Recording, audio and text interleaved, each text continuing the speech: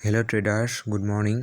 কালি মই এটা ভিডিঅ'ত কৈছিলোঁ, শ্বৰ্ট ভিডিঅ'ত কৈছিলোঁ যে আমি বিগিনাৰ্ছসকলে ফাৰ্ষ্ট পেপাৰ ট্ৰেড কৰিব লাগে। চ' পেপাৰ ট্ৰেড কৰিবলৈ আমি কিহত পেপাৰ ট্ৰেড কৰিম, অ'কে, সেইটো মই আজি কৈ আছোঁ। আমি চাৰ্ট চাবলৈ, যোনখন আমি পেপাৰ ট্ৰেড কৰিব ট্ৰেড কৰিবলৈ যোনখন চাৰ্ট চাবলৈ হ'লে আমি ক্ৰ'মত যাব লাগিব, অ'কে।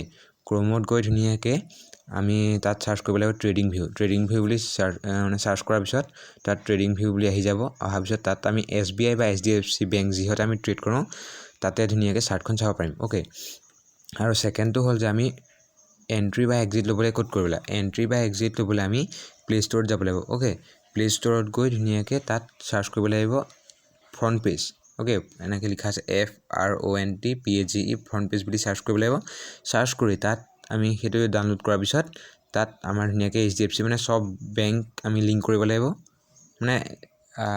এড কৰিব লাগিব, লিংক কৰা নহয়, এড কৰিব লাগিব। এড কৰি ধুনীয়াকৈ আমি তাত এণ্ট্ৰি এক্সিট ল'ব পাৰিম, অ'কে। আজিলৈ ইমানেই, থেংক ইউ।